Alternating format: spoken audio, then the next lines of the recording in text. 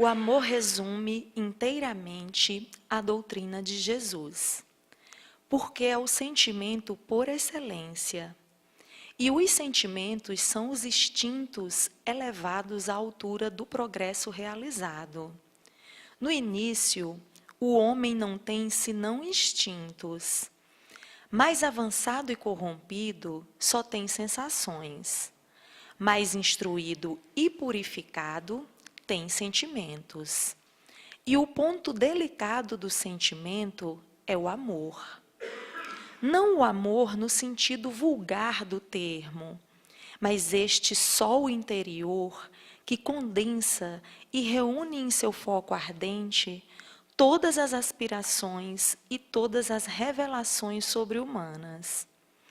A lei de amor substitui a personalidade pela fusão dos seres e aniquila as misérias sociais. Feliz aquele que, ultrapassando a sua humanidade, ama com amplo amor os seus irmãos. Feliz aquele que ama, porque não conhece nem a angústia da alma, nem a miséria do corpo. Por sermos seres ainda tão imperfeitos, somos uma população extremamente contraditória. Já fomos muito mais, por incrível que possa parecer. À época de Jesus, nós já tínhamos um certo desenvolvimento intelectual. Era uma época onde já existiam muitos filósofos, muitos artistas. Então, o mundo intelectual era um mundo já bem avançado. A Grécia era um exemplo disso. E também os romanos, eles já tinham em questões de sociedade, de organização social, né? Eles também já tinham toda uma organização, já tinham vários avanços, né, consideráveis para aquela época. Mas nós temos essa tendência. Adquirimos muito conhecimento, muitos de nós já têm um intelecto desenvolvido, já armazenou muita coisa, muito conhecimento, né? Mas um ponto que ainda é muito difícil para a gente é justamente a moral. A moral é um dos grandes desafios, desenvolver essa moral, né? Que nós sabemos que ela é feita através de uma reforma íntima, através de um olhar sincero para dentro de nós, de conseguir perceber aonde estamos errando, né? E conseguir transformar. Na época de Jesus, existiam muitos exemplos. Imagine que naquela época o adultério, só havia punição para o adultério para a mulher. E a pena dela era ser apedrejada. E isso, em tempos anteriores, ainda era pior. Alguém que roubava, que tirava alguma coisa de alguém, muitas vezes era autorizado que aquela pessoa destruísse todos os membros da família da pessoa que cometeu aquele ato e ainda sofria mutilações essa pessoa. Daí, com o passar do tempo, percebeu-se que aquilo era injusto. Por conta de um ato, você exterminar uma família inteira, né? Você mutilar uma pessoa. Então, as coisas foram, de certa forma, dando uma evoluída. Mas, mesmo assim, a justiça sempre foi tida como uma lei de vingança. Então, assim, fazer justiça era vingar-se. Se você não se vingasse, ficava aquela coisa como que uma impunidade, né? Então, assim, a gente acostumou há milênios e milênios, a gente traz em nosso coração essa coisa de ver o outro pagar. Né? Então, é que aí acabou surgindo, de certa forma, para meio que dar uma controlada naquela situação toda, acabou surgindo a tal da lei do olho por olho, dente por dente. Então, tudo bem, você roubou, você vai ser roubado. Você matou, Então, você vai receber pena de morte. Então, assim, acabou se justificando ou entendendo, na época, que a pessoa tinha o direito de reagir na mesma moeda. Isso na época de Jesus. A gente sabe que hoje em dia, assim, se a gente parar para pensar também, a gente é bem acirrado na hora de cobrar algumas coisas, né? Não enxergamos exatamente o mal que cometemos diariamente, as palavras que às vezes, né, proferimos contra algumas pessoas, a nossa intolerância, a nossa incompreensão, a nossa impaciência e todos os outros milhares de defeitos que temos. Mas a gente sempre vê mais o outro, o erro do outro, o que o outro está fazendo, onde o outro está errando, onde o outro precisa mudar. Então, a gente tem uma dificuldade muito grande de olhar para dentro de nós.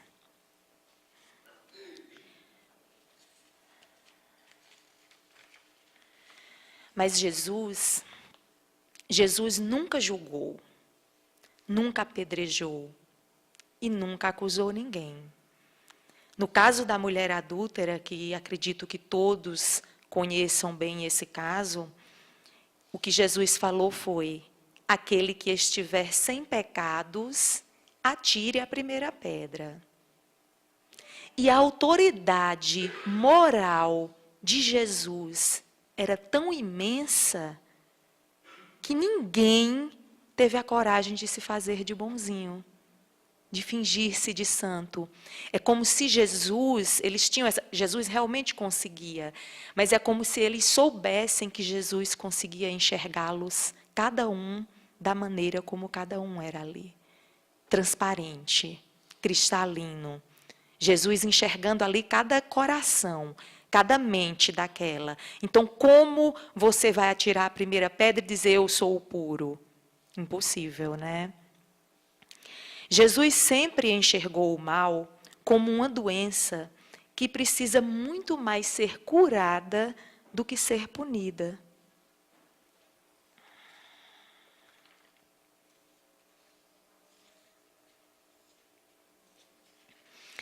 Os efeitos da lei de amor são o aperfeiçoamento moral da raça humana e a felicidade durante a vida terrestre.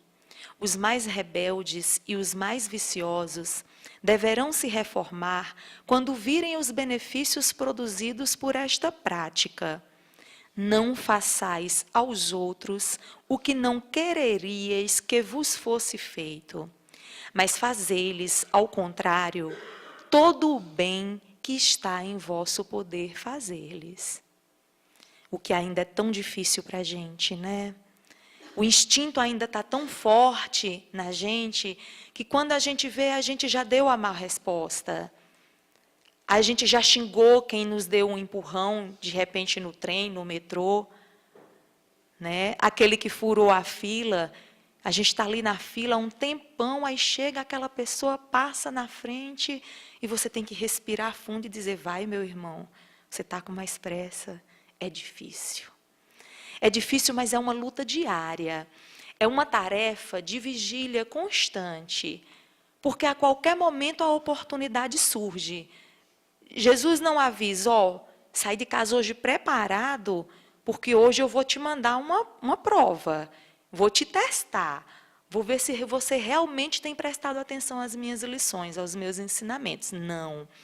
Quando a gente menos espera, no serviço, no caminho para o serviço, na hora do almoço, em qualquer lugar, a qualquer momento, sempre surge uma oportunidade de sermos testados. E, na maioria das vezes, a nota é 0. Já tirei vários. Mas a gente tem que insistir.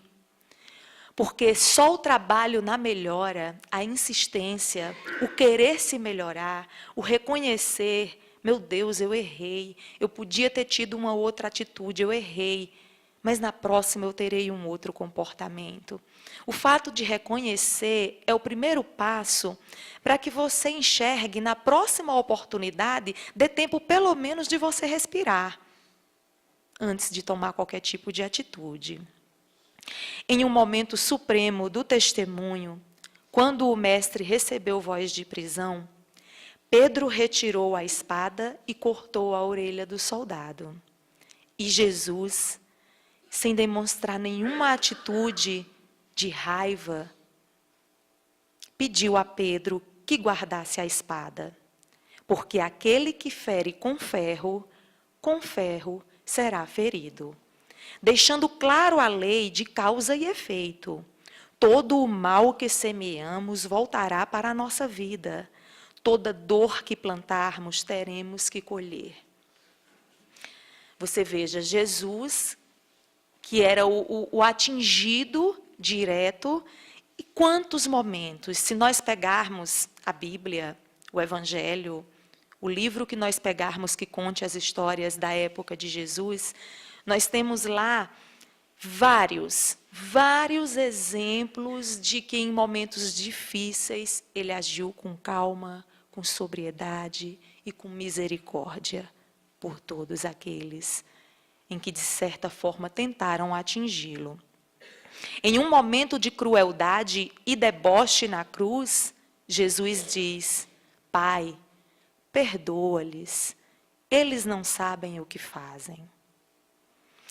Quando nós conseguirmos compreender essa misericórdia, quando nós conseguirmos entender essa lição, quando os nossos corações começarem a deixar para trás esse sentimento de vingança, essa coisa imposta por uma sociedade já de tanto tempo de que bobo é aquele que não retruca, bobo é aquele que se cala, bobo é aquele que cede a vez. A sociedade, ela acha o mundo, ele acha bonito que você acha interessante, né? Às vezes a pessoa chega contando, não fiquei por baixo, não. Falou isso, eu falei aquilo. Fez isso, eu fiz 2 vezes. Gente, como assim? Onde a gente aprendeu isso? Quem ensinou isso para a gente? Quem falou que o certo, que o forte, que o corajoso é aquele que devolve na mesma moeda? Se o assassino de hoje soubesse o que vai passar amanhã, se quem rouba hoje soubesse as dificuldades financeiras que um dia há de enfrentar, se quem violenta o seu irmão soubesse que pode vir sem as mãos, sem os pés, sem andar. Então, assim, a gente vive o nosso dia a dia sem... É culpa, de certa forma, de estarmos sempre ligados num certo piloto automático, né? A gente não para muito para analisar as nossas atitudes. E isso a gente não tem a noção das consequências, dos débitos que vamos somando e que vamos adquirindo para a nossa vida. O mal é sempre fruto de uma ignorância espiritual. A lei divina é de justiça e, por isso, é uma lei de amor. Porque ela não pune, ela educa. Nós que temos os nossos corações viciados ao longo de milênios em uma justiça de vingança. A lei divina é uma lei que não concede privilégios. Nós temos exatamente o que conquistamos. Quem tem um talento musical, por exemplo, tem pessoas que têm um talento para algumas coisas que a gente fala assim, fala sério, eu não sei fazer nada. Fulano faz isso e faz bem. Para passar na cara da pessoa ainda faz bem. Mas não existe privilégios para ninguém. Qualquer coisa que você admire no seu irmão, possa ter certeza de que essa pessoa conquistou isso por muitas e muitas vidas.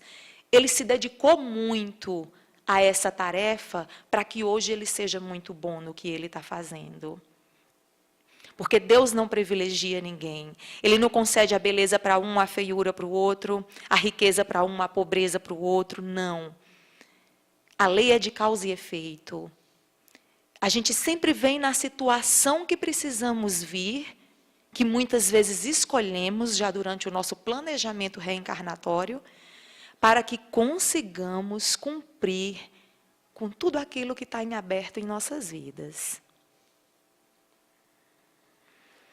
Tem um palestrante, ele se chama Haroldo Dutra, eu sempre cito ele, porque sempre que tem um tema que eu preciso vir falar, comentar, eu gosto muito de ouvir a opinião dele. Tem bastante palestra dele no YouTube, e ele tem uma compreensão muito grande. O entendimento que ele tem das coisas, eu sempre gosto de citá-lo. Ele comenta em uma das palestras dele que a espiritualidade, sabendo o quanto nós somos crianças, o quanto nós ainda somos infantis na evolução, a própria lei de justiça contém dispositivos de misericórdia. Imagine, esse Haroldo Dutra, além de palestrante, ele é um juiz, então assim, ele tem conhecimento das leis terrenas, das nossas leis, e é um grande estudioso também. Então, ele consegue, muitas vezes, fazer esse comparativo. Se o nosso Código Penal, feito por nós, seres imperfeitos, chega a conceder, né, o nosso Código Penal ele atenua a pena de criminosos que se determinem a uma melhora, que tem um bom comportamento, que se compromete realmente com a recuperação, porque a pena ela é para existir para isso. Ela é para ser educativa, ela é para recuperar, auxiliar aquele irmão para que ele possa voltar ao convívio em sociedade, para que ele possa ter uma nova oportunidade em sociedade. Então, se nós, seres imperfeitos do jeito que somos, fomos capazes de criar um código penal, de enxergar isso, essa necessidade de que isso aconteça, e Deus, então? Será que Deus seria mais inflexível do que nós? Ele é imensamente misericordioso. Não cai uma folha de uma árvore sem a permissão divina. Muitas vezes passamos por momentos difíceis e não compreendemos.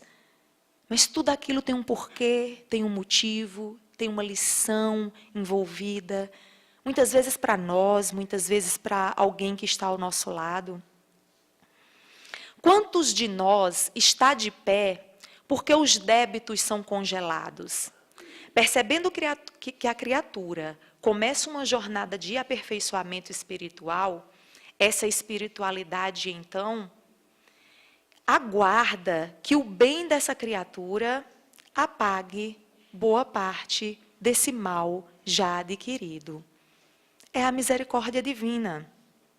Porque se nós puxarmos a nossa ficha espiritual nas últimas 500 encarnações, se formos somando todos os nossos débitos, é impagável. Quantas pessoas nós assassinamos no passado? Quantos irmãos nós violentamos? Quantas pessoas nós roubamos?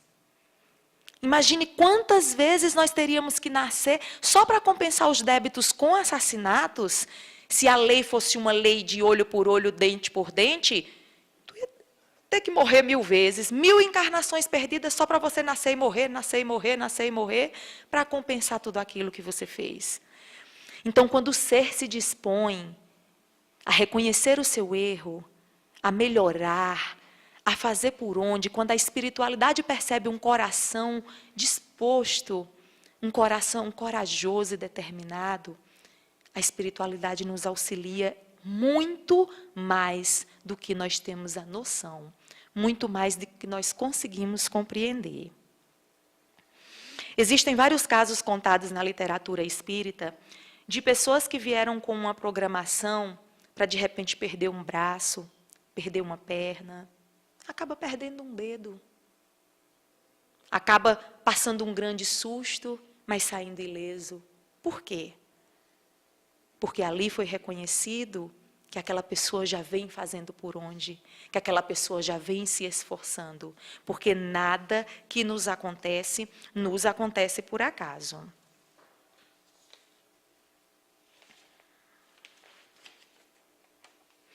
O Criador quer que nos afastemos do mal. Esse próprio Haroldo Dutra, esse palestrante, ele conta que, atendendo uma pessoa, essa pessoa chegou para ele e disse assim: olha, doutor, eu sou muito religioso. Eu sou extremamente religioso. E é por eu ser tão religioso que eu não vou matar determinada pessoa. Porque o que essa pessoa fez comigo, nossa, é uma coisa absurda. Não tem, assim, o que fazer. Então, assim, como eu sou muito religiosa, eu vim aqui porque eu quero que a justiça acabe com a vida dele. Imagine, porque ele é religioso. Se ele não fosse, não é verdade? Então, Haroldo aconselhou a fazer a seguinte coisa. Quando ele fosse dormir, ele fizesse uma prece ao deitar, e nessa prece solicitasse que, quando ele dormisse, Jesus viesse em seu auxílio e lhe concedesse uma audiência.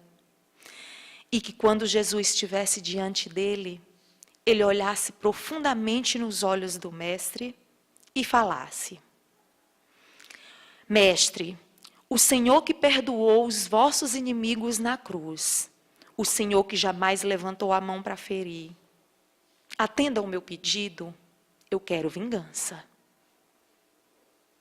A pessoa começou a chorar. Caiu num pranto imenso. Quer dizer, que religiosidade é essa sua? Ah, eu não faço, mas por favor, faça por mim. Você está se isentando de quê exatamente?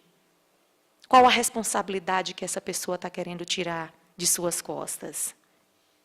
Humberto de Campos nos conta que a última lição de Jesus, enquanto aqui na Terra, segundos antes de deixar o seu corpo carnal, quando a espiritualidade já se preparava para recepcioná-lo, onde anjos cantavam belas canções, outros passavam bálsamos de grande alívio nos ferimentos do Mestre. Eis que surge um anjo solitário e se dirige a Jesus. Percebendo que o Mestre queria falhar-lhe, se aproxima de seus lábios e, em seguida, sai em disparada. Era o anjo da caridade. E Jesus pedira a ele que socorresse Judas, que acabara de suicidar-se.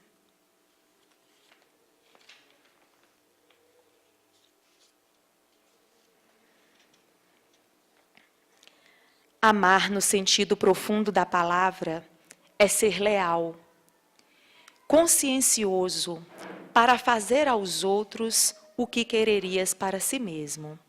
É procurar ao redor de si o sentido íntimo de todas as dores que oprime vossos irmãos, para abrandá-las. É encarar a grande família humana como sendo a sua família. Vós a encontrareis em um certo período, em mundos mais avançados, e os espíritos que a acompanhem são como vós, filhos de Deus, destinados a se elevarem ao infinito. E é por isso que não podeis recusar aos vossos irmãos o que Deus vos deu livremente. Visto que a vosso turno estaríeis bem contentes se vossos irmãos vos dessem o que tivesse necessidade, a todos os sofrimentos dai, pois, uma palavra de esperança e de apoio, a fim de que sejais todo amor e toda justiça.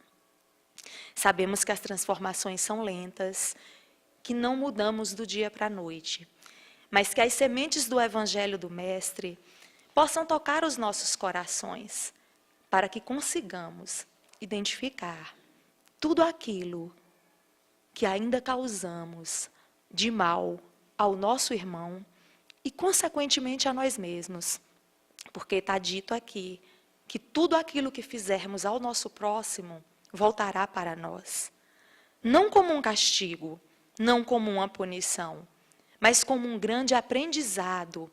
Porque só sentindo na pele, só vivenciando, é que somos capazes de ter uma real compreensão das nossas atitudes. Que essa espiritualidade que nos envolve aqui essa noite consiga plantar essa sementinha, que essa palavra não fique só em nossas mentes, mas que ela consiga repousar em nossos corações, tornando as nossas vidas e as vidas daqueles que compartilham conosco essa caminhada todos os dias, possam ser dias de mais compreensão, de mais felicidade e de mais amor para todos nós. Vão em paz com o amor do Mestre Jesus.